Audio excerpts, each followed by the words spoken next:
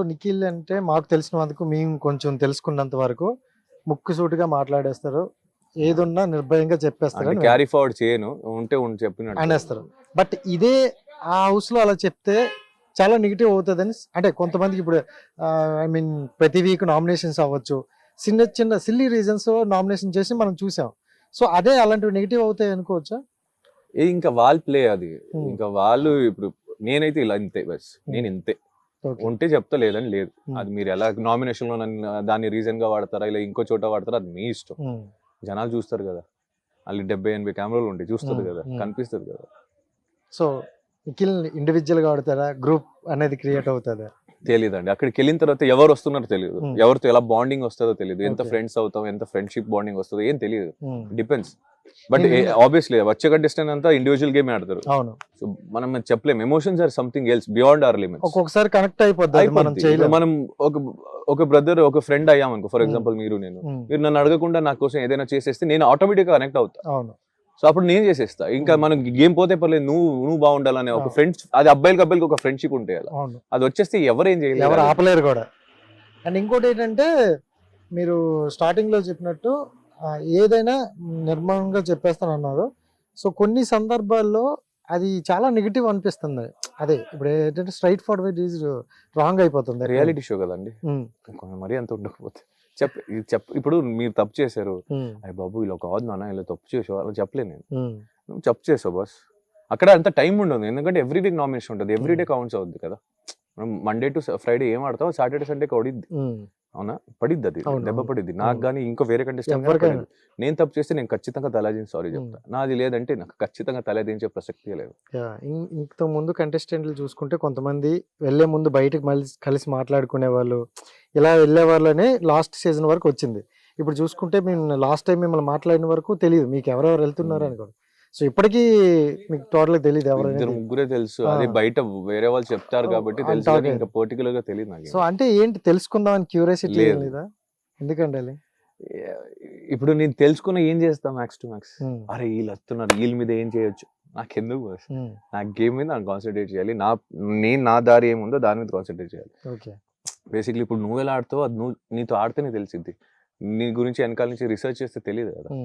Basically ఇప్పుడు ఆయన గురించి నేను ఎవరు వస్తున్నారు ఎవరు వెళ్తున్నారు అనేది వాళ్ళు నాకెందుకు, వచ్చినప్పుడు కలుస్తాం తెలుస్తుంది, ఇక్కడ తీసుకుందాం.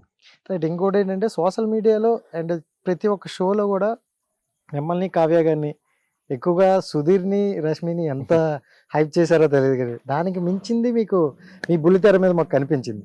ఏంటండి మీ ఇద్దరి మధ్య బాండింగ్ ఏంటి? మంచి ఫ్రెండ్షిప్ మనది, అంటే అది చాలా మంది చాలా రకాలు తీసుకున్నారు కానీ we have a good friendship bond. So ఒక ఇద్దరు వ్యక్తుల మధ్య ఫ్రెండ్షిప్ అనేది బాండింగ్ వచ్చిందంటే అది ఎవరి మధ్యనైనా స్ట్రాంగ్ అయిపోద్దండి. సో మీ మధ్యన కూడా ఒక బాండింగ్ అయితే క్రియేట్ అయింది. బట్ కొన్ని షోల్లో అది అంటే ఒక లవ్ ట్రాక్ నడిపిస్తున్నట్టు అలా వెళ్ళేది కదా, సో దాని గురించి ఏం చెప్తారు? ఇప్పుడు మేమైతే ఎక్కడ చెప్పలేదు, మనం అంతే బాయ్ ఫ్రెండ్ గర్ల్ ఫ్రెండ్ అని, మేము ఫ్రెండ్స్ అనే ఉన్నాం, ఫ్రెండ్స్ గానే ఉన్నాం. ఇంకా వాళ్ళు చేసుకున్నారు కాబట్టి ఇంకా అది జరిగింది తప్ప ఇంకా దాంట్లో ఏం లేదు. కోఇన్సిడెంట్. ఇప్పుడు సీరియల్లో కొంచెం మంచిగా యాక్ట్ చేస్తే ఓ ఏంద్ర లవర్స్ వీళ్ళు అనుకుని ఫిక్స్ అవుతారు, బికాస్ కెమిస్ట్రీ బాండింగ్స్ అలా ఉంటుంది. ఇప్పుడు ఫ్రెండ్షిప్ లో బాండింగ్ ఎక్కువ ఉంటుంది. ఇప్పుడు నేను నువ్వు ఫ్రెండ్ అయితే మనం ఏదైనా మాట్లాడుకోవచ్చు, ఎలాగైనా మనం తమాషా చేసుకోవచ్చు, ఎందుకంటే ఆ కెమిస్ట్రీ ఉంటుంది కాబట్టి. ఇప్పుడు చూసే వాళ్ళకి కెమెరాలో మనం చేసేవాళ్ళు మన సరౌండింగ్ టీమ్ తెలుసు కాబట్టి, కానీ ఆడియన్స్ తెలీదు మనం ఎలా ఉంటాం ఏంటనేది. That's okay, they are innocence, that's okay. But ఈ 100 days మీకంటూ పర్టికులర్గా ఉన్న కొంతమంది ఫ్యాన్స్ మీ రీల్స్ మిస్ అవుతారేమో. చాలా బట్ ఇద్దరు బిజీ ఉన్నాం వేరే వేరే ప్రాజెక్ట్స్ మీద.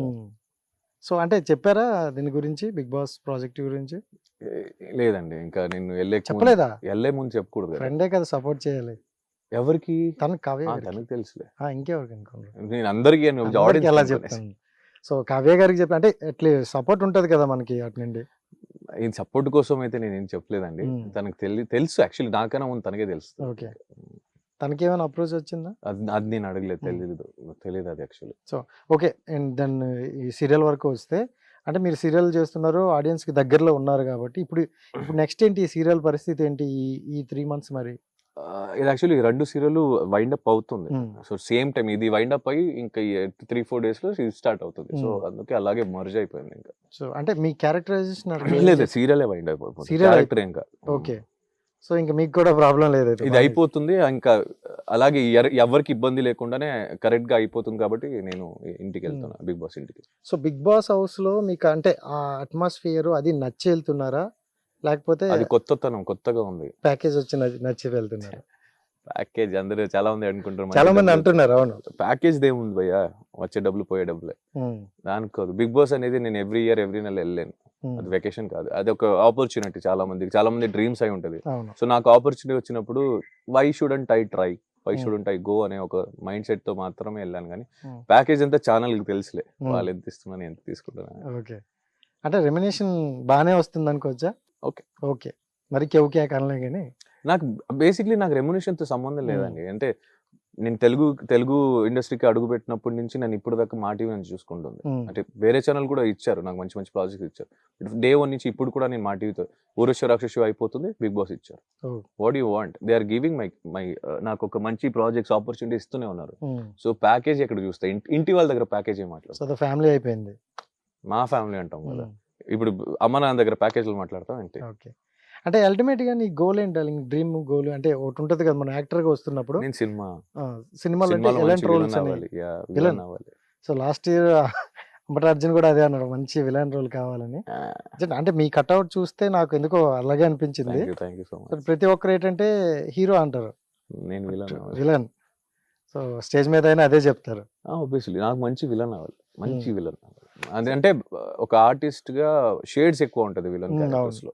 చాలా విధానంగా సైకో, థ్రిల్, ఏదైనా మంచి షేడ్స్ ఉంటాయి. పర్ఫార్మెన్స్ కి మంచి స్కోప్ ఉంటది.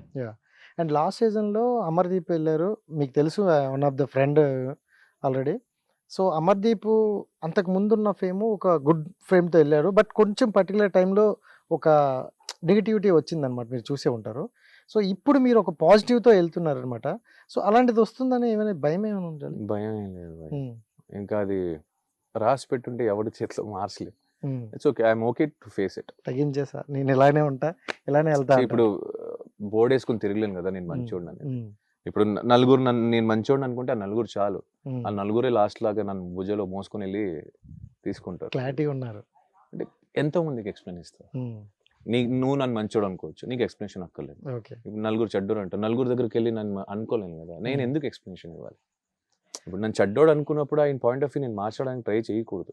ట్రై చేస్తే ఆ చెడ్డోడు కాబట్టి ఆ ట్రై చేస్తున్నా, లేదని చేసేవాడు కాదంటారు. అందుకే నేను సైలెంట్ ఉంటాను. అనుకుంటారు ఇక కొన్ని విషయాల్లో నేను తప్పు చేసి ఉండొచ్చు, చేసి ఉంటా, నాకు తెలిసి చేస్తున్నా.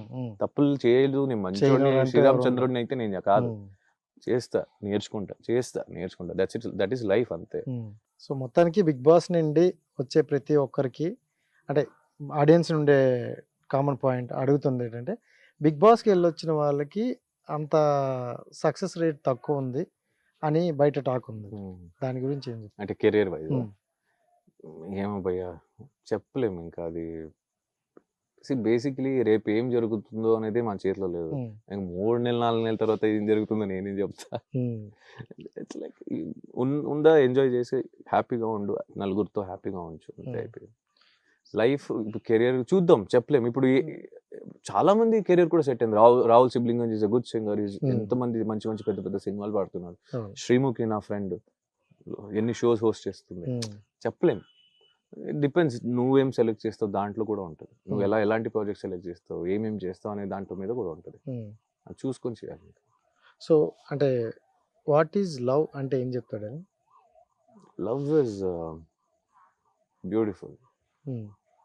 Love is beautiful actually. అంటే అది లవ్ అనేది ఒక అబ్బాయి అమ్మాయి మధ్యలో కాకుండా చాలా ఉన్నాయి. బ్రదర్స్ అవ్వచ్చు, ఫ్రెండ్స్ అవ్వచ్చు, సిస్టర్, ఏదైనా సరే లవ్ ఇస్ బ్యూటిఫుల్. అంటే అక్కడ మాత్రమే నీకు అన్ని ఫ్రీడమ్ ఉంటుంది. నువ్వు ఎలాగైనా బిహేవ్ చేయొచ్చు. వాళ్ళు నిన్నైతే జడ్జ్ చేయరు కదా. ఇప్పుడు నువ్వు చాలా మస్తు అంటే నేను ఎంత వర్స్ట్ గా బిహేవ్ చేశారో నువ్వు నవ్వి అరే పక్కకి రా అని తిడతావే తప్ప జడ్జ్ చేయవు. అరే నువ్వేంట్రా వేరే ముగ్గురు దగ్గరికి వెళ్ళి ఇంకోలాగా చెప్పవు. That is pure, that is like wonderful. Super. Love marriage చేసుకుంటారా, అరేంజ్ మ్యారేజ్, అంటే ఏది బెటర్ అంటారు? డిపెండ్స్, అది చెప్పలేము. అంటే ఒక్కొక్కరిది ఉంటుంది. నాకు తెలిసి లవ్ మ్యారేజ్ అయ్యేది. Love marriage. నాకు తెలుసు, చెప్పలేను మళ్ళీ అరేంజ్ అయిపోతే మళ్ళీ నువ్వు లవ్ మ్యారేజ్ అని చెప్పేవాడు, చెప్పలేదు. బికాస్ ఇప్పటి వరకు అయితే లవ్ మ్యారేజ్. ఇప్పుడైతే నాకు అనిపించేది ఏంటంటే ఓకే మేబీ నేను అయితే లవ్ మ్యారేజే అవుతానేమో అనిపిస్తుంది. సో అలాగే ఉంటేనే బెటర్ అని మనకి ఇప్పుడే ఫీలింగ్. నాకున్న ఫీలింగ్ బెటర్, మళ్ళీ మారిద్దేమో నాకు తెలీదు, మారొచ్చు జనరల్ గా ఇప్పుడున్న సొసైటీలో మనం చూస్తున్నాం చాలా మందిని. కాబట్టి లవ్ లో అబ్బాయిలు జెన్యున్ గా ఉంటారా, అమ్మాయిలు జెన్యున్ గా ఉంటారు? ఇద్దరు ఉంటారు, ఇద్దరు ఉండరు. ఇట్ డిపెండ్స్ అండి. అంటే బేసిక్లీ జెన్యునిటీ అనేది ఒక రిలేషన్షిప్ వచ్చినప్పుడు, బేసిక్లీ ఇప్పుడు అన్న తమ్ముళ్ళు అవ్వచ్చు, అక్క చెల్లెలు అవ్వచ్చు, అమ్మ పిల్లలు అవ్వచ్చు, వీళ్ళ రిలేషన్షిప్ లో బ్రేకప్ డివోర్స్ అనే ఆప్షన్ లేదు. అది only lovers and husband and wife మధ్య ఉంది. ఆ ఆప్షన్ ని తీసేస్తే ఏదైనా కానీ నువ్వే నాకు అన్నట్టు ఫిక్స్ అయితే అందరూ బాగుంటారు, లేదనేది కాదు. గొడవలు రావచ్చు, ఇట్స్ కామన్. అవును, డిపెండ్స్. అంటే మీరు ఏం మెంటాలిటీ, ఏం స్టేట్ ఆఫ్ మైండ్ లో వెళ్ళి కమిట్ అవుతారు, దాని మీద ఉంటుంది.